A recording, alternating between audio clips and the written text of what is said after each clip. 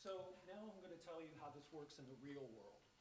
As Vinny said, president of Mind Leaders in the US, a commercial company with headquarters here in Dublin, Ireland, also offices in London, South Africa, and Australia. So the thing about our industry is it enables business. So that tire store down there, they can't be in business unless our industry delivers the goods. Now, sure, the guy working behind the counter at the tire store doesn't have to be as highly trained and educated as potentially a nuclear engineer, but it still has to happen. So we enable business. None of this happens without our industry. But what's so exciting about the center is it provides growth. It's a well-known fact that business growth comes from new ideas, right? But a new idea, a good idea, unactualized, doesn't do anybody any good. Now, if you went out, I suppose, and asked 100 CEOs, would you like to be investing more money in innovation than you are? I'm guessing 99 are going to say yes. The one that says no is probably a former CFO. And that's because the CFOs look at the spreadsheets and say, well, wait a minute, you've got these 5 projects, new research and development, and only 2 of them succeed. Right? And so he just says, well, don't spend any of that money at all. The nice thing about this center is it eases that pain. If you're considering engaging with the Center for Learning Innovation, it can ease your pain. I'll use an example. Johnny and I were over at the University of Galway. This is about 4 years ago now. And we were looking at some of the prototypes that the grad students were working on. And I remember the first one I saw, I was blown away. I said, this is absolute rubbish. And the kid, and the young man that was showing me the demo was a bit crestfallen when I said that. And of course, Americans are known for being politically incorrect, so I kind of take advantage of that opportunity. It was being quite blunt. And he said, well, you're right, it kind of doesn't work. But that led to this other thing. And he showed us another demo. And that one was absolutely brilliant. So what I was able to do is I go back to the office. We have a development office here in Dublin and one over in America. And I could sit down with the guys there, pull out the best prototypes and say, okay, there are 10 ways to do this. They did 9 of them that didn't work, and this is the one that works. So when you engage with the Competence Center, don't set your expectations, in my opinion, at we're going to get source code that we can sell right away. You'll get the best practices, you'll get ideas of what will work and what won't work, and that again just eases your pain. So now Linda's going to come up here and she's going to talk about a prototype that she and the team had been working on that is currently in a trial with the Spirit Group, large hospitality pubs and restaurants in the UK. So over to Linda. Okay, I'm going to talk about, first of all, the corporate challenges that were presented to us. We were asked to speed up onboarding and improve career progression, reduce time to competency and improve performance, capture tacit knowledge being lost from organisations, improve 360-degree review process to identify and retain key staff, improve critical thinking and problem-solving skills, reduce attrition rates by improving staff engagement.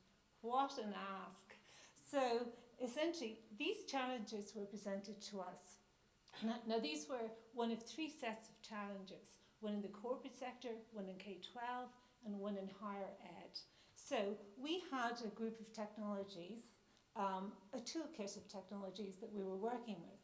We had social search, semantic search, personalisation and composition, data analytics for informal learning, and reflection technology. These were technologies of our academic partners. So we had to decide what combinations of these technologies would we use to address the challenges in each of the 3 sectors. So essentially, corporate had their own challenges, K-12 and higher ed. So we went off, we considered it, we came up with combinations of technologies, we put them together, and we delivered 3 demonstrators. Now it's important to say that our solutions for each of these 3 sets of challenges are demonstrators. They're not products that are ready for market. We're demonstrating the potential of these technologies. And again, each demonstrator is a set of technologies. So it's not about using them all. The idea would be our industry partners could pick and mix what technologies they wanted to address specific challenges within their organisations. I'm going to start with corporate, then go through K-12 and higher ed. I'm not going to go through them in as much detail as I would like to because we don't have time. But at the end, our team will be there. They will have the demonstrators up and running and you can have a look at them. So in each of the 3 demonstrators, the process for developing them was the same. We started off with the challenges, and then our industry partners, this is all industry driven, they identified those challenges for us. They presented us with those challenges. We then created a use case around those challenges. So we had 3 use cases. It's grounded in the real world so that we can take it out and evaluate it with end users in each of the sectors. So we designed the demonstrator, developed the demonstrator, then went to trial, full end user trials with 2 of them, K-12 and higher ed. With corporate, we're going to end user trial in September. But in the interim, we had an industry focus group evaluate it. And then finally, we created an evaluation report. All of this was done in 1 year, which is amazing. I mean, I've been in academia, I've been in industry, and this is a real achievement. Okay, in corporate, our industry partners were Interactive Services and Mind Leaders. They presented us with A, the challenges, and B, content to populate our system with. The PERCOLATE Solution for the corporate sector. Okay, how do we describe this? It's a corporate portal that provides point of need, personalised, informal and formal learning. We took all of our technologies in this case because the challenges were so many and so varied, so we used all of them. And we deployed them in a social and collaborative learning environment to address the industry challenges that were presented to us.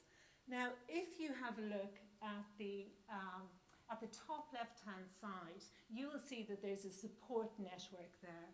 The function of the support network is to speed up and facilitate onboarding within organisations. High attrition rates at the onboarding stage occurs because lack of connectedness with new starts. They don't feel part of the organisation, so they leave after they've had expensive training. The idea here is that each new start would be assigned a manager, experienced peer, newly onboarded peer, and somebody on the next rung of the corporate ladder. The purpose of that is to mentor them and to encourage them to contribute as well to informal learning. So you have career progression going on there. So the role of the support network is that they would carry out the appraisals of the new start, but they would also encourage them to contribute to informal learning. There has to be a culture of informal learning in the organisation. It has to come from the top down. It won't work any other way. So if you want to tap into tacit knowledge, you need to be driving this through managers explaining the importance and also technology to harness this. In the centre here, I just want to see if in the centre here, so for example, if we go back to the challenge, how do you speed up time to competency and how do you improve performance? Well, critical to that is for employees to be able to access point of need learning that's tailored to their role within the organisation, to provide it when they need it. So what we have, so essentially what we have is a search box at the top. So if an employee has a point of need, information need or learning need, they type their query in there. The search system searches over not just formal learning, which they get here, but also informal learning repositories. So all learning repositories within the organisation. So up here we have the LMS. It's searching over the LMS and it's composing a personalised learning episode. Here it's searching over the wiki and communities of practice and any other informal learning repository. So one search is trawling through the learning repositories, both formal, informal, returning role-relevant material to the employee at their point of need. So again, that's to improve performance and speed up time to competency. What's in action here is the personalisation is in action up here in the formal learning area. It's trawling over the LMS. I'll explain how it happens in a minute. And here we have the social and semantic search, searching over the informal learning areas. So in terms of the personalisation, what's happening here is the key innovation here is that what's returned to the user here is personalised and tailored to their needs. MindLeaders provided us with 67 courses. We disaggregated those courses into 402 topics, and we meta-tagged them according to competencies. So competencies within an organisation. So they were generic competencies. So again, we took their courses, we disaggregated them, we meta-tagged them, and what happens then is when a user does a search, the relevant topics are pulled out, then they're recomposed and personalised into a learning episode that's tailored to the search query of that particular person within the organisation. So they're not just getting a one-size-fits-all list of formal content, they're getting a personalised learning episode, a short learning episode targeted to the learning need. So if we move on, so what is the benefit of this to an organisation? Well, it increases the potential use of content, and that's very valuable to any organisation who may have a lot of training content in their LMS. So we had 67 courses, 42 topics. 402 topics. The 402 topics were tagged to 45 competencies. So an amazing opportunity for reuse of content. Okay, so in terms of enhanced search, what's the key innovation here? We combined social and semantic search. The social and semantic search are trawling through the informal learning areas within an organisation, and they're returning content that is not only context relevant, but it's highly rated. So the key here is, it could be context relevant, but it may not be all that useful to people who find it. So what's happening is the combination of the context relevant from the semantic search, but it's highly rated by a community of peers. So again, everybody is buying into this idea of the informal learning. So the employees are rating content in relation to how useful they actually find it. So another key innovation, the informal learning data analytics. There's formal learning data analytics all over the place, but there's nothing out there to tap into informal learning. So with informal learning, you have to look at not just the level of contributions, but what is the value of those contributions? When somebody finds it, how useful is it to them? So we're looking at the quantitative data on it, the qualitative data on it as well. So if we go back to the manager I spoke about in the support network, and he's responsible for new starts, he can go into the management tab here. He can click there and he can see what the new starts are contributing in terms of informal learning. So what wiki articles are they adding? How are they posting in the communities of practice?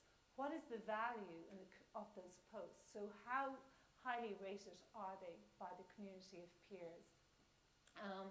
So that's of use to the manager for the 360-degree appraisals. In London in January at the Learning Technologies exhibition, talent management companies were talking about the fact that they talk about 360-degree appraisals, but they can't get the full view. They can't get analytics around what somebody is contributing informally to organisations, and sometimes they're letting the wrong people go. There's also an employee view. So an employee can see what they're contributing.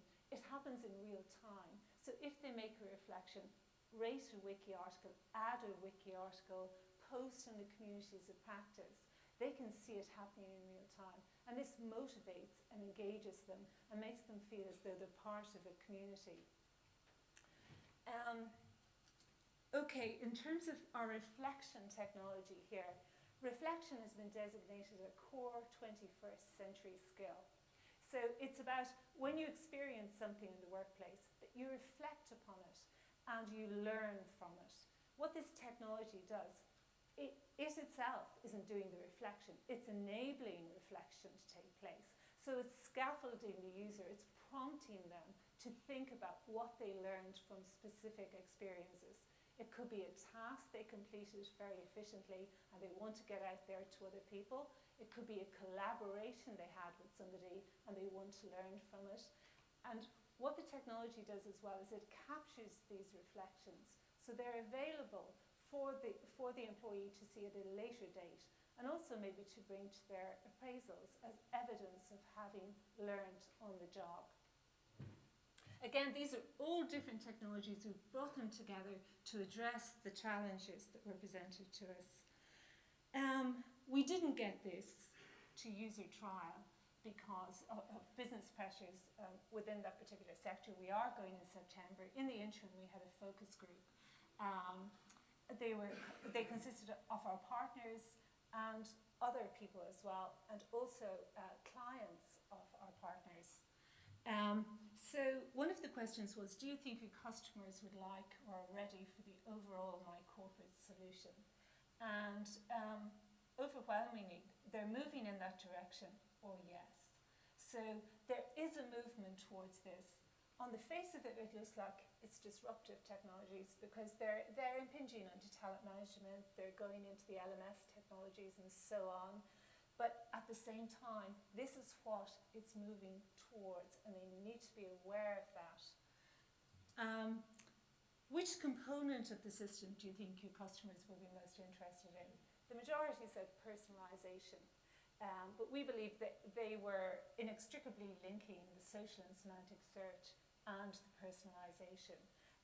But they did see the value in it, as we saw with the comments that came through. Participants saw the value in the search returning structured chunks of formal learning personalised to the role of the learner within the organisation, rather than a list of formal content, which is what happens currently if you do a search. So comments from the industry partners: I like the way the learning episode's presented, I like the way the learning is composed. Like the learning composer, we'd love to mix our own content with the formal content in here. That was a client of Mind Leaders. And McDonald's loved the learning composer, but would like more control to customise its interface. And that's fine. That's a customisation issue. So essentially, we're looking forward to September because there's nothing like getting a demonstrator out there and testing it with real end users. We've had the industry partners' feedback. There are evaluation reports which details it much more than I've done here. Okay, so that's the corporate demonstrator. Oh yeah, some feedback on search. Participants saw the value in the combined social and semantic search, searching over multiple content sources. And comments from the clients: I like search, it's not limited to one source of content. Very often, companies have various repositories of content where material sits, but it's difficult to get it all back, particularly with one search query. So this enables a company to pull out all their formal and informal learning assets and present it to their employees. Okay, moving swiftly on then to the schools demonstrator, because I have a lot to cover. Again, same technologies combined in different ways to meet different industry challenges. We have HMH and Intel here. Again, they gave us our challenges, and they provided us with the content we used to populate our system. Their challenges were they wanted to leverage open content sources. They wanted to identify gaps in industry-generated content that are currently being plugged with open content sources. They wanted to reuse, remonetize their existing learning content and raise all boats by helping average, fast and struggling learners at the same time. So our use case here revolved around Josh and Amy. Josh and Amy, two maths students, algebra students. Josh is 13 years old, he's demotivated, he struggles with his algebra. Amy is 11, she excels at maths. So Josh and Amy's parents want to simultaneously address the different learning needs of both of their kids. So the PERCOLATE solution, as Vinny mentioned, was a personalised homework help portal. So what technologies have we used in there? We use social search. So when a student enters, say, a search like linear equations, which you would from the algebra domain, the social search searches over the publisher content, so that's the formal content, but also the open content, whitelisted open content. So it returns to them both formal content and the open content from the web. You can see the Khan Academy in there. This social search is driven by a rating system.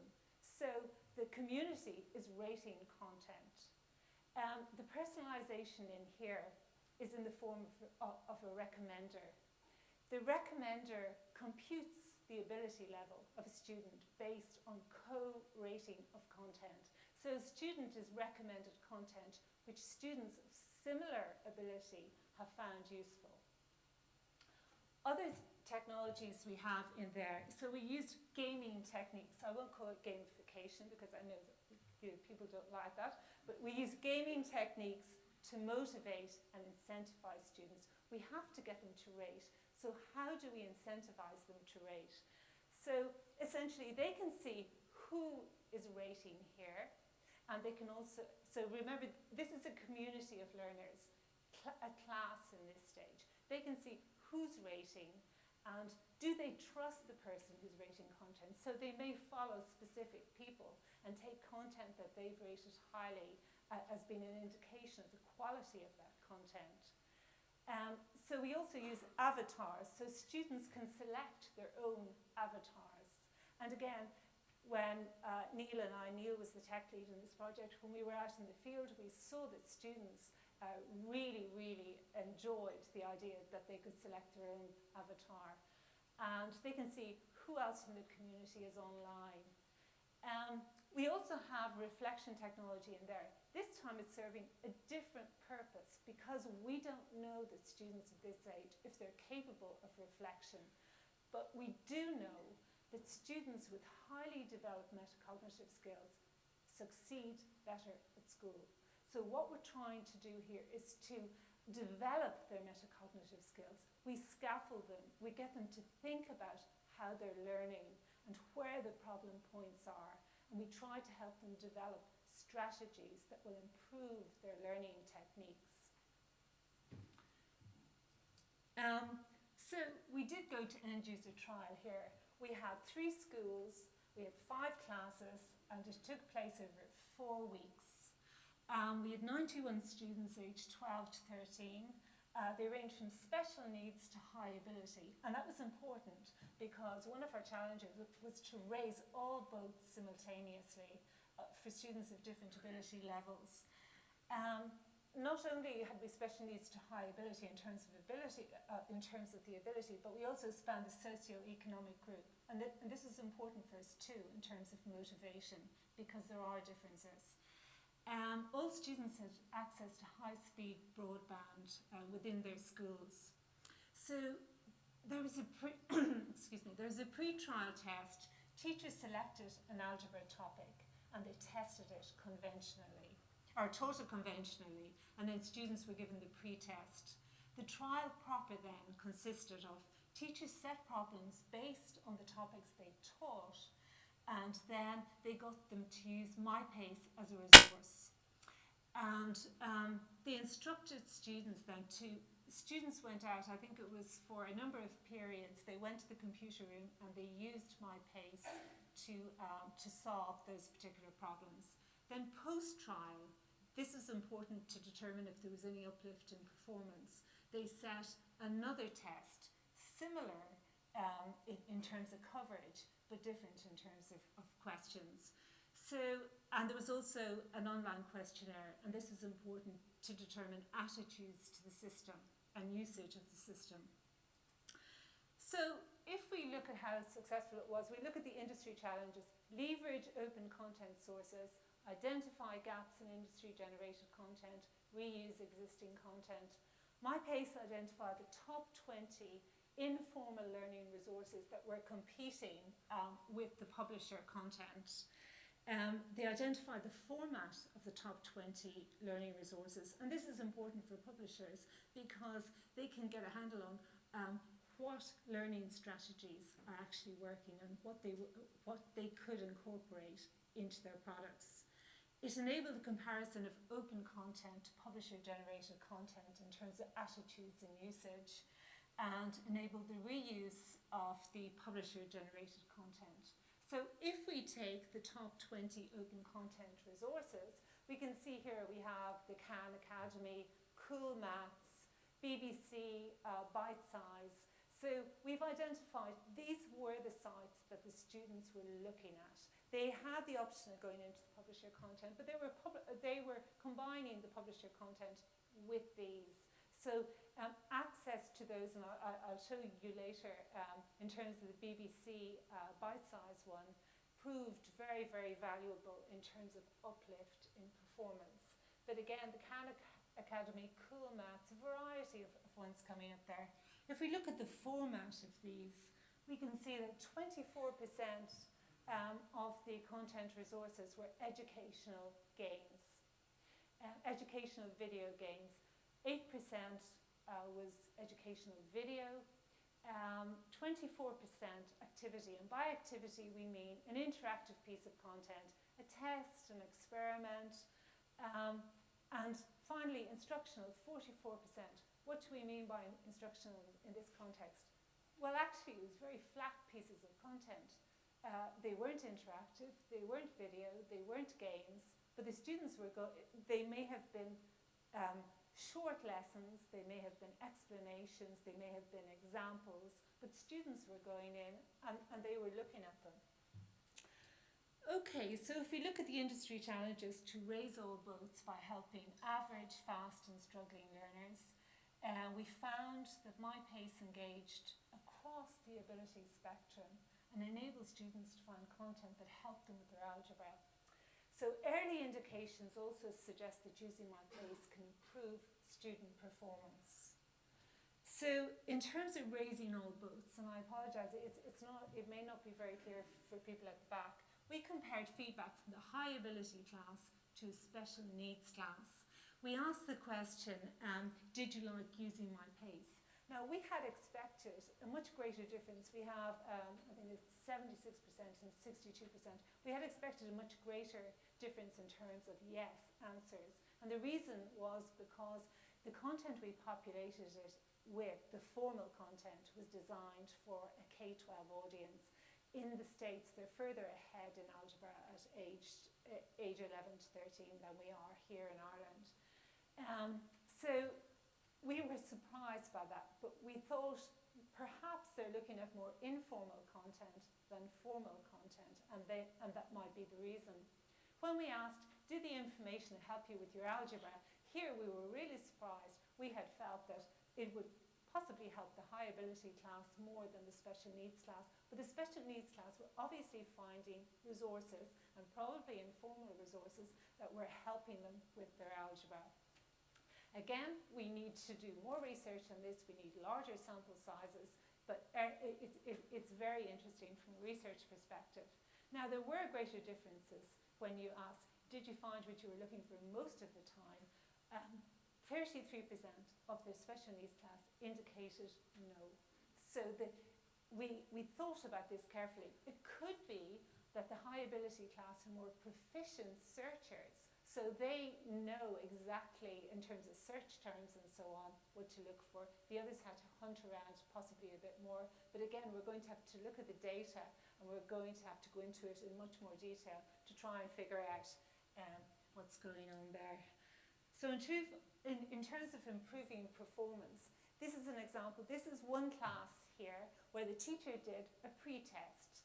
So he taught a topic conventionally, he did a pre-test, and then he set problems on the topic.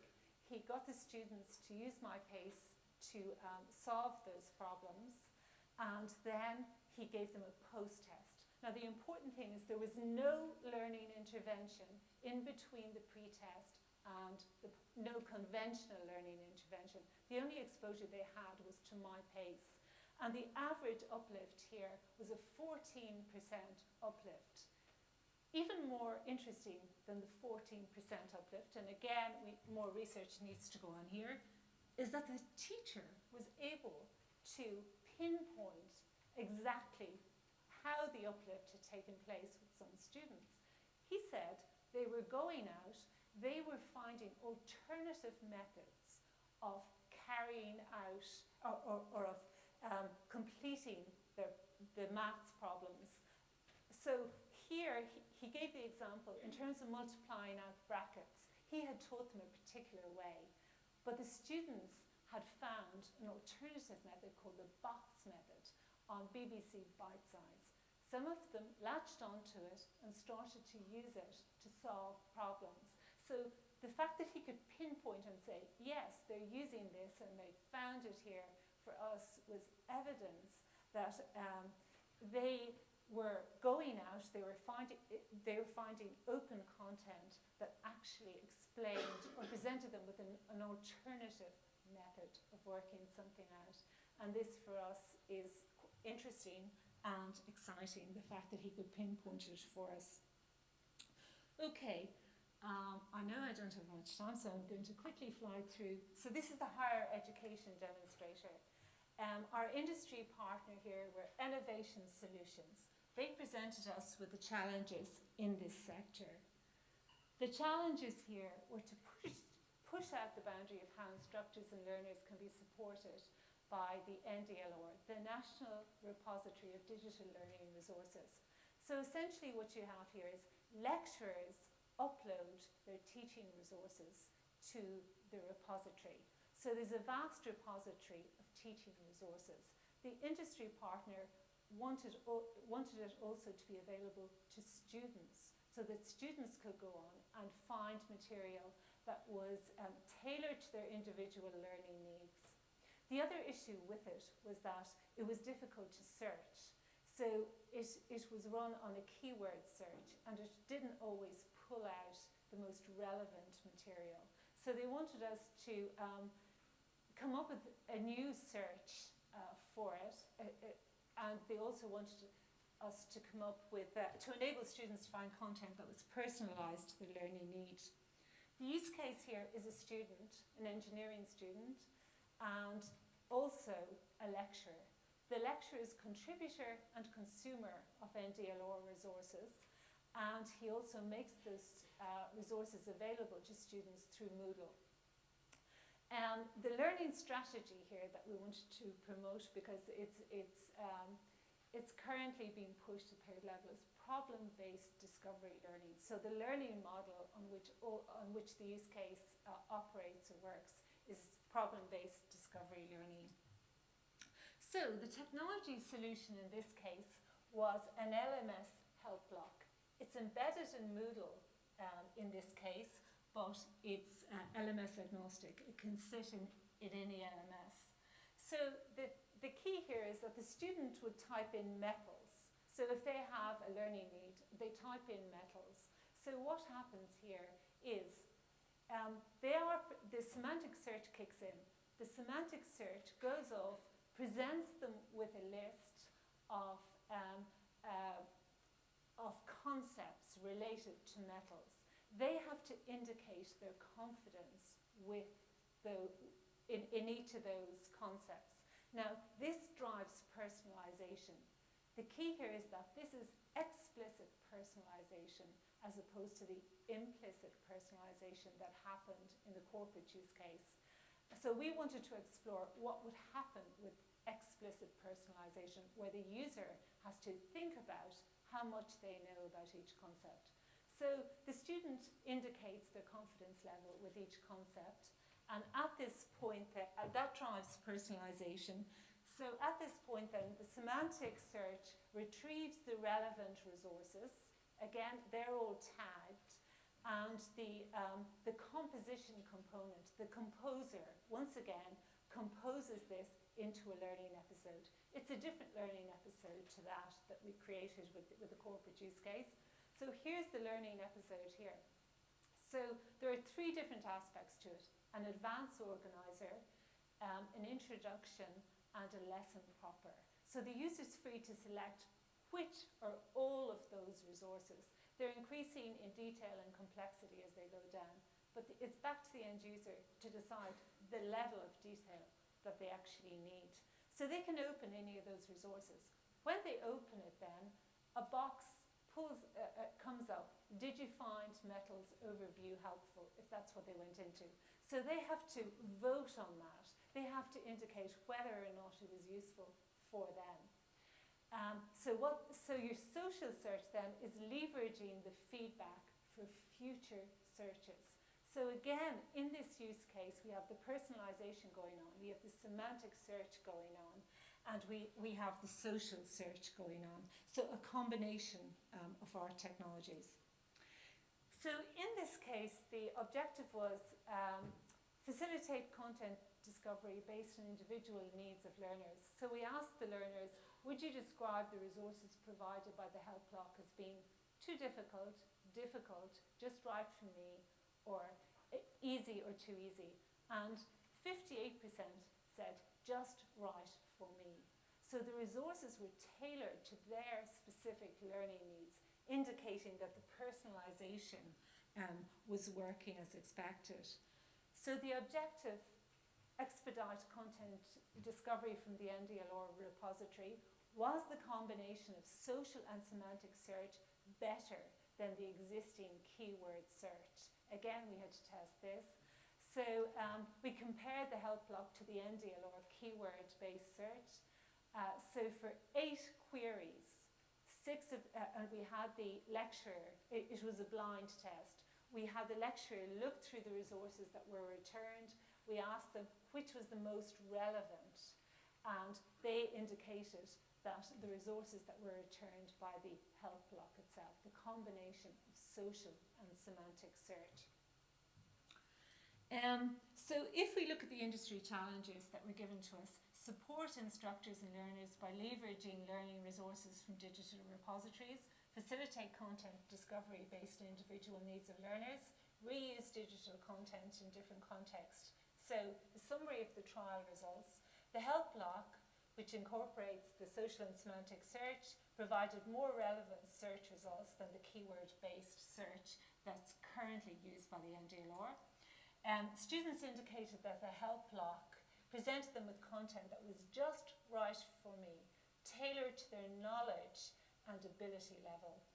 And finally, students indicated, and this was interesting, they would prefer implicit rather than explicit personalisation. So they did not necessarily want to have to indicate their level of confidence within each concept. They wanted the system to infer it.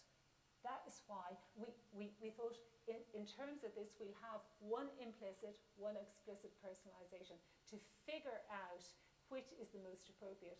So indications are that it's the implicit. They want the system to figure out the level that they're actually at. And the feedback on this was from the students: good system, still in its early stages. From the lecturer, from them, it's provide one environment with an array of resource types which were more directed to what was needed. It's a long, but it's complementary. So it is quite long. So essentially, that's where we're at. And the key message here is same technologies, different demonstrators. So we had a number of technologies available to us: social search, semantic search, personalisation and composition, data analytics for informal learning, and reflection technology. We combined them in different ways to address the industry challenges in the corporate, K-12 and higher ed sectors all look very different. The same technologies, different combinations.